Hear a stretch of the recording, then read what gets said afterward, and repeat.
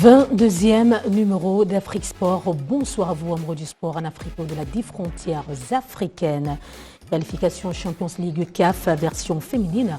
Wadi, Dekla et Determine Girls se sont qualifiés le week-end dernier pour le compte des zones UNAF et WAFUA. Tournoi UFOA U15, le Sénégal, champion de la compétition, entaché par une polémique de fraude d'âge selon la Fédération mauritanienne de football. Coupe du monde de football féminine U20, le Nigeria tombe en quart de finale. Jeux islamiques Konéa 2022, la JBCR africaine s'enrichit un jour de la fin de la compétition. Championnat du monde de volleyball, la compétition démarre ce 26 août avec 3 représentants africains en ligne de mire. Championnat d'Afrique de natation, la 15e édition a débuté le 20 août et s'achèvera ce 24 août 2022 à Tunis. On en parle et c'est tout de suite.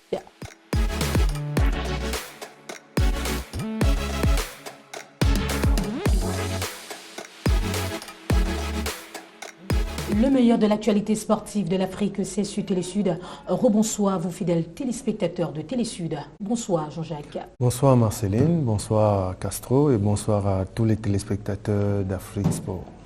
Bonsoir fidèle Castro. Bonsoir Marceline, bonsoir également Jean-Jacques que je suis fier de retrouver ce jour et bonsoir également à tous les nombreux téléspectateurs d'Afrique Sport. Championnat d'Afrique de natation, la 15e édition a débuté ce 20 août et s'achèvera ce 24 août 2022 à Tunis. Ces championnats se déroulent à la piscine olympique de Rades avec la participation de 29 pays. Jusqu'à cette mi-journée, c'est l'Algérie et la Tunisie qui occupaient la tête du classement général. Outre ces 2 pays, on note la présence de la Gambie, la Guinée, le Kenya, le Malawi, le Mali, le Maroc, le Ghana, les îles Maurice, le Mozambique, la Namibie, le Niger, le Nigeria, le Sénégal, le Soudan, la Tanzanie, l'Ouganda, le Zimbabwe, l'Angola, l'Afrique du Sud, le Bénin, le Botswana, le Burkina Faso, le Cap-Vert, l'Égypte, l'Eswatini, Madagascar, le Burundi et enfin le Cameroun. Actuellement, Rades en Tunisie est le siège de 2 compétitions simultanées, Fidel Castro, la CAN Junior Volleyball et les championnats d'Afrique de natation. On imagine l'ambiance actuelle dans cette ville. Oui, ça bouge. Il faudra dire que réunir 2 compétitions dans la même ville, c'est quelque chose d'inédit. Quand on sait l'effervescence que ces 2 compétitions peuvent créer. Donc oui, la ville est en effervescence parce que réunir en même temps le championnat d'Afrique de U21 de volleyball et également de l'autre côté les championnats d'Afrique de natation qui sont 2 compétitions qui attirent beaucoup de foule, notamment du côté du Maghreb. Je pense que c'est quelque chose de bénéfique pour l'Afrique. Ça témoigne également que la Tunisie s'inscrit là dans le cadre des pays qui veulent faire progresser le sport en Afrique. Et c'est un chapeau qu'on peut adresser ici au gouvernement tunisien. Maintenant, reste à savoir, est-ce que le public adhère à cette compétition? Les quelques images qu'on a pu voir, on remarque quand même qu'au niveau du volleyball, il y a quand même comme une désertion des stades. Je ne sais pas trop pourquoi. En revanche, du côté de la natation, il y a quand même du monde.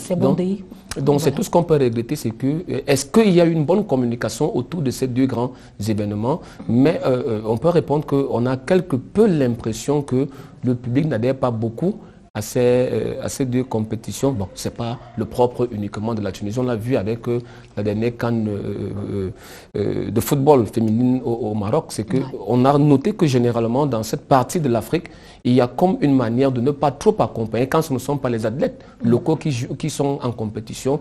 Mais on note quand même comme un certain désintéressement de la part du public quand ce n'est pas le pays organisateur qui est en compétition.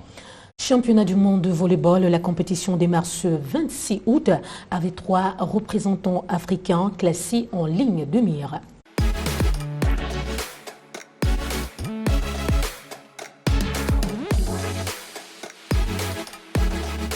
La 20e édition du championnat du monde masculin de volleyball débute ce vendredi 26 août en Pologne et en Slovénie pour s'achever le 11 septembre 2022.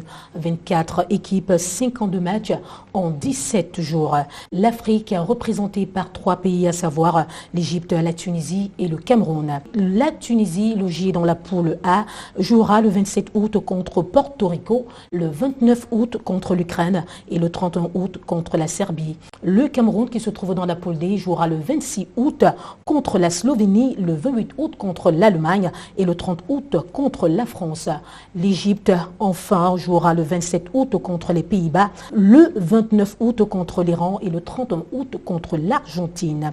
Question à vous poser, Jean-Jacques Missi. La Tunisie, l'Égypte, le Cameroun, 3 représentants africains qui sont d'ailleurs les meilleurs africains de l'heure.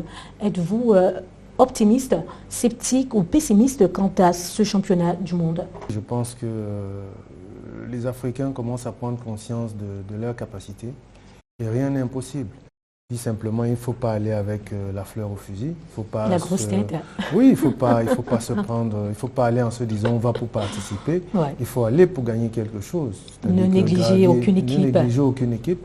Prendre cette compétition sérieuse, c'est la compétition mondiale. Donc il y a les grandes nations. Et je pense qu'il faut qu'on prenne conscience aujourd'hui que l'Afrique peut. Et comme Castro soulignait tout à l'heure, je voulais ajouter juste un petit truc qu'il disait, c'est que les dirigeants africains sont en train de tout mettre en œuvre pour organiser plus de compétitions dans le continent. Mais on a encore cette zone de l'Afrique, l'Afrique du Nord, qui les spectateurs nous font défaut. Même en football, hein, même en sport le plus populaire qui est le football. On ne comprend pas pourquoi, on ne sait pas pourquoi. Ce n'est pas un manque de communication, mais je pense simplement que ces gens, ils ont... Beaucoup reste encore à faire dans ce sens. Beaucoup reste à faire dans ce sens. Mais pour la Coupe du Monde de volley, je pense qu'on va les supporter. Ils feront ce qu'ils peuvent faire et puis on verra bien. Fidel Castro, la Tunisie 18e au rang mondial et dans une poule avec la Serbie 9e mondiale et l'Ukraine 22e suivant le classement datant du 6 août dernier de la Fédération internationale de volleyball. Une poule équilibrée pour la Tunisie, pourrait-on dire? Non, équilibré, non. Quand vous voyez le rang qu'occupe la Serbie, vous regardez le rang qu'occupe la Tunisie, même si je dois avouer que quand on regarde les dernières performances de la Tunisie, on est quand même en droit d'avoir beaucoup d'espoir. Beaucoup d'espoir parce que la formation tunisienne qui a livré beaucoup de matchs amicaux, elle n'a d'ailleurs pas démérité face aux sélections françaises avec qui on l'a vu évoluer. Mais je pense que si l'équipe croit en elle, elle peut s'en sortir parce qu'on a vu cette équipe jouer sans complexe devant la France, qui est l'une des meilleures nations de volleyball au monde, devant la Chine. Je crois que cette équipe tunisienne a les armes nécessaires pour pouvoir accéder au second tour. Maintenant, reste à voir est-ce que la préparation va suivre pour qu'on ait une équipe et qu'on ait des résultats escomptés. Le Cameroun, 24e mondial, partage sa poule avec le pays co-organisateur, la Slovénie, 7e mondial, la France, 4e mondial et l'Allemagne, 14e mondial, selon le dernier classement de la Fédération internationale de volley. Une poule qui semble difficile pour les Lions du volleyball, Jean-Jacques Missi. Oui, tout à fait. On voit qu'on a un président de la Fédération au Cameroun qui fait les efforts. Mais est-ce qu'on lui donne les moyens pour arriver à ce qu'il veut faire? C'est là où tout le bas blesse. Parce que bon, cette compétition, on a vu qu'ils sont entrés en stage déjà très tard. Stage bloqué. Compétition mondiale, oui. Et puis les matchs amicaux, ils n'ont pas... Il n'y en a pas eu. Je pense qu'il n'y a même pas eu de matchs amicaux parce que tout ça fait partie d'un calendrier.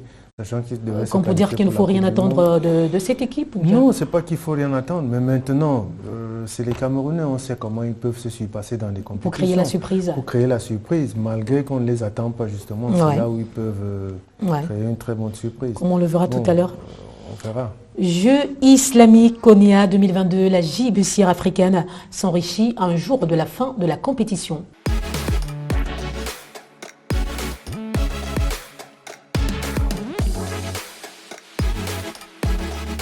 Les 5e Jeux de la solidarité islamique se sont achevés le 18 août dernier à Konya, en Turquie. Plus de 4000 athlètes venant d'une cinquantaine de pays ont compéti à cette édition. Au finish, c'est la Turquie qui sort première au classement mondial, 343 médailles. Elle est suivie de l'Ouzbékistan à la 2e place, 158 médailles, et de l'Iran à la 3e place, 113 médailles.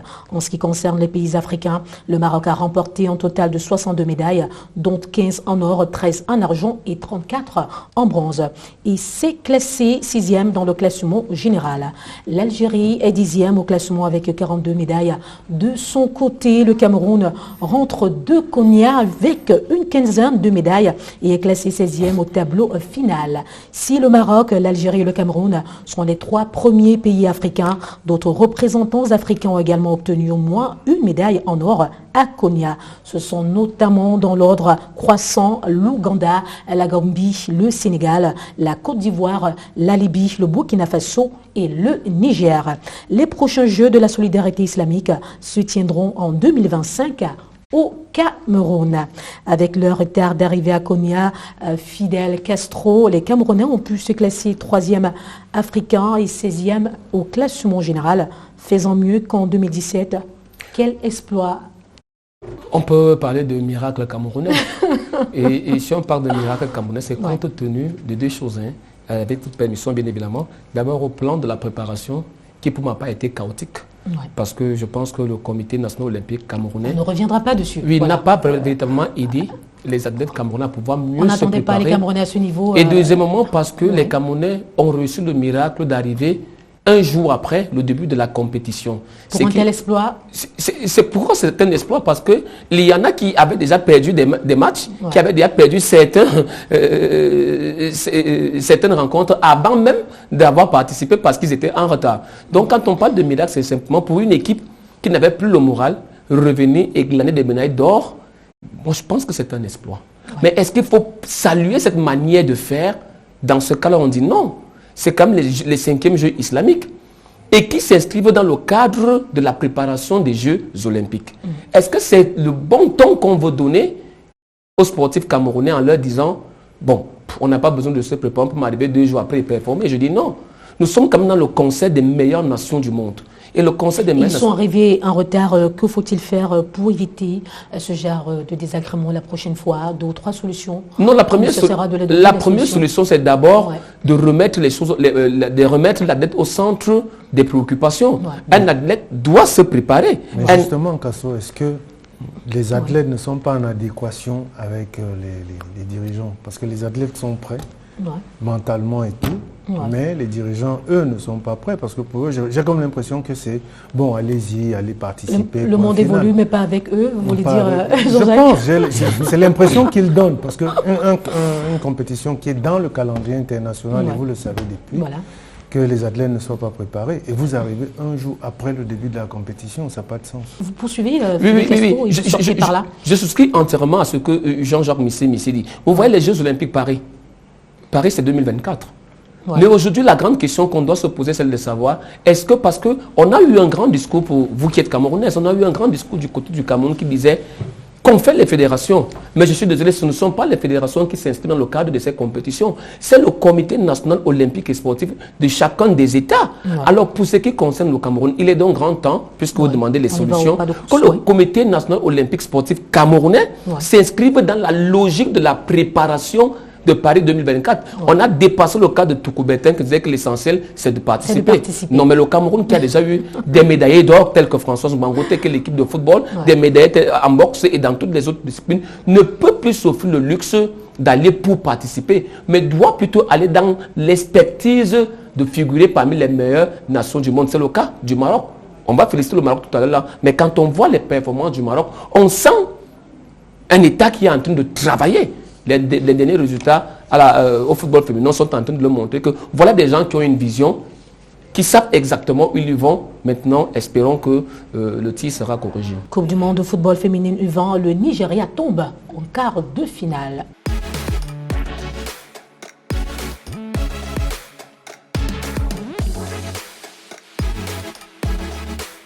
La 10e édition de la Coupe du monde féminin de football des moins de 20 ans 2022 se déroule du 10 au 28 août 2022 au Costa Rica.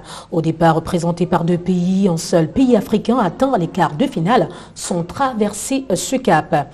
En effet, en étant premier avec 9 points sur 9, dans un groupe constitué également de la France, la Corée du Sud et le Canada, le Nigeria affronté dimanche dernier la sélection des Pays-Bas en quart de finale de cette compétition. Un match perdu par les Nigériens sur un score de 0-2. Dans les autres matchs, le Brésil a gagné la Colombie 1-0. L'Espagne a pris le dessus sur le Mexique 1-0 et le Japon a fait tomber la France 5-3 après tir au but. Le temps réglementaire s'est soldé par un score nul de 3 buts partout. Les demi-finales se joueront le 25 août entre l'Espagne et les Pays-Bas et le 26 août entre le Brésil et le Japon. Le match de classement passera le 20 août et la finale se jouera le 29 août 2022. Fin de parcours pour les Africains en quart de finale de cette Coupe du Monde féminine U20. Quels commentaires faites-vous, Jean-Jacques Missé-Missé? Le constat est clair parce qu'on voit que ceux qui arrivent en finale, ce sont les mêmes pays qui, au niveau féminin, dominent le monde. Encore et encore. Et encore et encore. Donc c'est une question de préparation. Comme je dis ici, nous sommes, au niveau africain, c'est-à-dire que la préparation se fait, on est concentré sur l'équipe A. Ouais. On ne tient pas compte des jeunes filles aujourd'hui qui veulent jouer au football. Et il faut commencer la même préparation que chez les jeunes garçons. Pourquoi ne pas commencer chez les filles de 14, 13, 14 ans pour leur donner un certain niveau?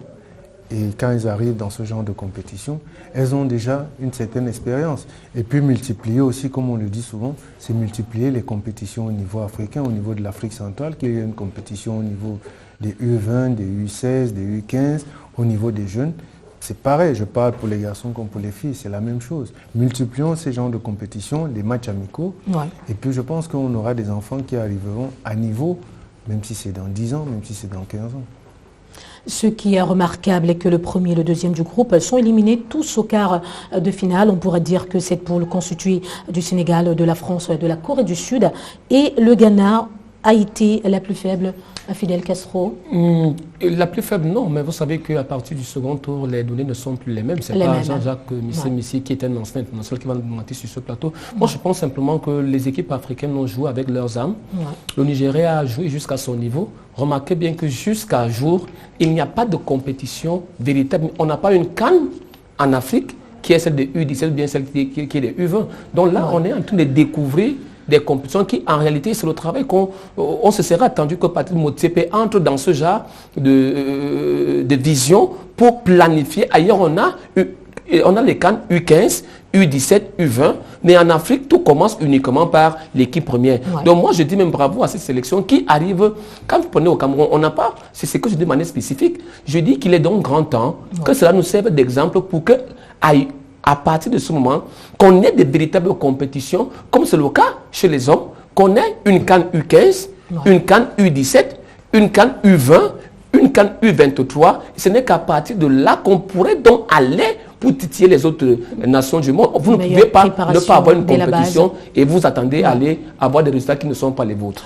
Tournoi UFOA U15, le Sénégal, champion de la compétition, entaché par une polémique de fraude d'âge selon la Fédération mauritanienne de football.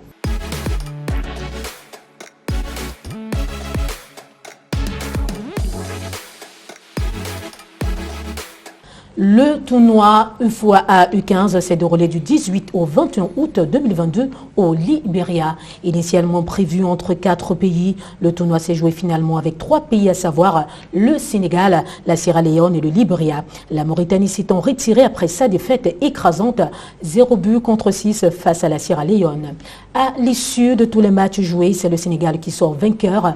En effet, les lionceaux sénégalais de moins de 15 ans ont atomisé le Libéria, pays hôte, par un score de 3 buts à 0. Cependant, une préoccupation intéresse sur les âges respectifs des jeunes joueurs représentés par les équipes. En effet, le retrait de la Mauritanie est justifié selon la Fédération mauritanienne de football par une fraude d'âge des joueurs sierra-léonais. Victoire des lionceaux sénégalais à ce tournoi de l'Union des fédérations ouest-africaines de football de moins de 15 ans. Le Sénégal reste dans sa lancée de préparation d'une pépinière vers la sélection. Fagnon, Jean-Jacques Missé-Missé? Non, je pense que ce que les Mauritaniens réclament pour chaque compétition africaine aujourd'hui, que ce soit même régional, je pense qu'il y a un contrôle. Il y a un contrôle des joueurs, il y a un contrôle au niveau des âges, surtout au niveau des jeunes. Je pense que la réclamation mauritanienne ne tient pas. Peut-être qu'ils étaient mal préparés et qu'ils n'ont pas pu tenir la route, tout simplement. À Fidel Castro, une affaire de fraude d'âge dénoncée par la Fédération mauritanienne. Si cela s'avérait vrai, en a-t-on vraiment besoin dans la formation des jeunes? Alors, je vais prendre, par contre, je ne serais pas très d'accord avec le grand frère Jean-Jacques Missé parce qu'il sait très bien qu'en Afrique, on a un sérieux problème d'âge. Parce que ne pas éluder cela de manière très simple, c'est comme si on reniait ce problème d'âge en Afrique. Je pense que lorsque j'ai vu les images, il me semble quand même que cette équipe sierra-léonaise, même si elle n'est pas allée en finale, là, tout à fait, je suis d'accord avec vous, parce qu'on peut être plus âgé, mais produit ne pas totalement gagner. On voit même dans les compétitions des majeurs, des enfants de 15 ans ou de 17 ans évoluer. On voit Kylian Mbappé aujourd'hui qui explose devant les Lionel Messi qui sont plus âgés que lui. Donc moi, je pense que ce problème est véritable et l'Afrique commence à souffrir de cette gangrène de tricherie sur l'âge. Il est peut-être grand temps que du côté de la commission des compétitions de la Confédération africaine de football, qu'on mette un accent particulier sur la question. On a mis en place le système de bracelet. Mais tout le monde commence à comprendre aujourd'hui qu'il faut aller au-delà de ça pour aller dans un système de contrôle d'ossements humains. Parce que je pense que c'est un problème qui gangrène le football africain. Et il est temps qu'on apporte une véritable solution à ce problème. Contrôler les ossements humains, Fidel Castro. Qualification Champions League CAF version féminine. Wadi Dekla et Determined Girls se sont qualifiés le week-end dernier pour le compte des zones UNAF et WAFUA.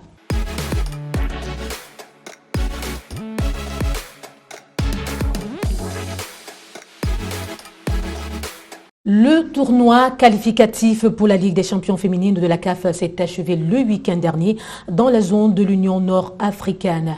Les filles de Wadi Degla ont remporté ce tournoi en battant la Banque de l'Habitat de Tunisie sur un score de 2-0. C'était samedi au stade du Grand à Gadir. Avec 6 points, les Égyptiens du Wadi Degla terminent première, suivis par les Tunisiennes avec 3 points, alors que les Algériennes d'Afak Relizane sont derrière avec 0 points. Dans la zone WAFUA, ce sont les Determined Girls du Libéria qui vont participer à la première ligue des champions féminines. La formation libérienne a donc été sacrée championne de la zone ouest à l'issue du tournoi qualificatif organisé en Monrovia en dominant le S-Parcel du Sénégal 1-0. Les Determined Girls entrent dans l'histoire en devenant la première équipe de football féminin du Libéria à se qualifier pour une compétition continentale majeure.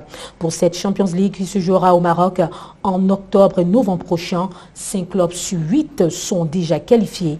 Il s'agit des Determined Girls du Libéria, du Wadi Degla de l'Égypte, Asfar du Maroc, Mamelodi Sundowns, Ladies FC d'Afrique du Sud et Greens Fubalos de la Zambie. Les 3 places complémentaires seront connues au terme des qualifications au cours dans les zones Unifac, CKFAC et WAFUB.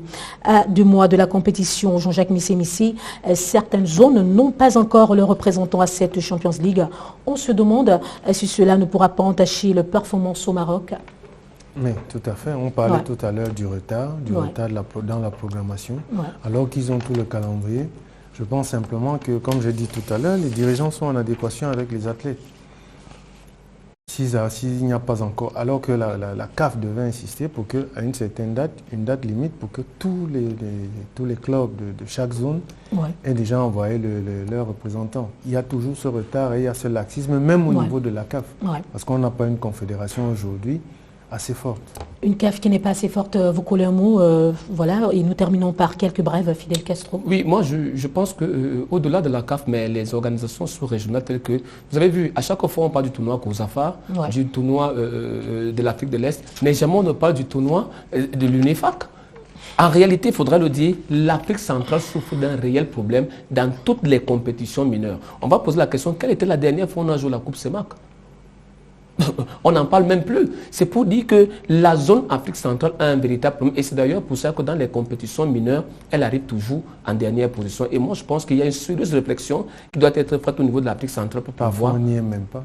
Parfois, on n'y est même pas. On va atteindre les performances parce que l'Afrique du Nord a livré ses vainqueurs, l'Afrique de l'Ouest, l'Afrique australe. Mais que dit-on de l'Afrique centrale? C'est ça la grande question. Terminons par quelques brèves.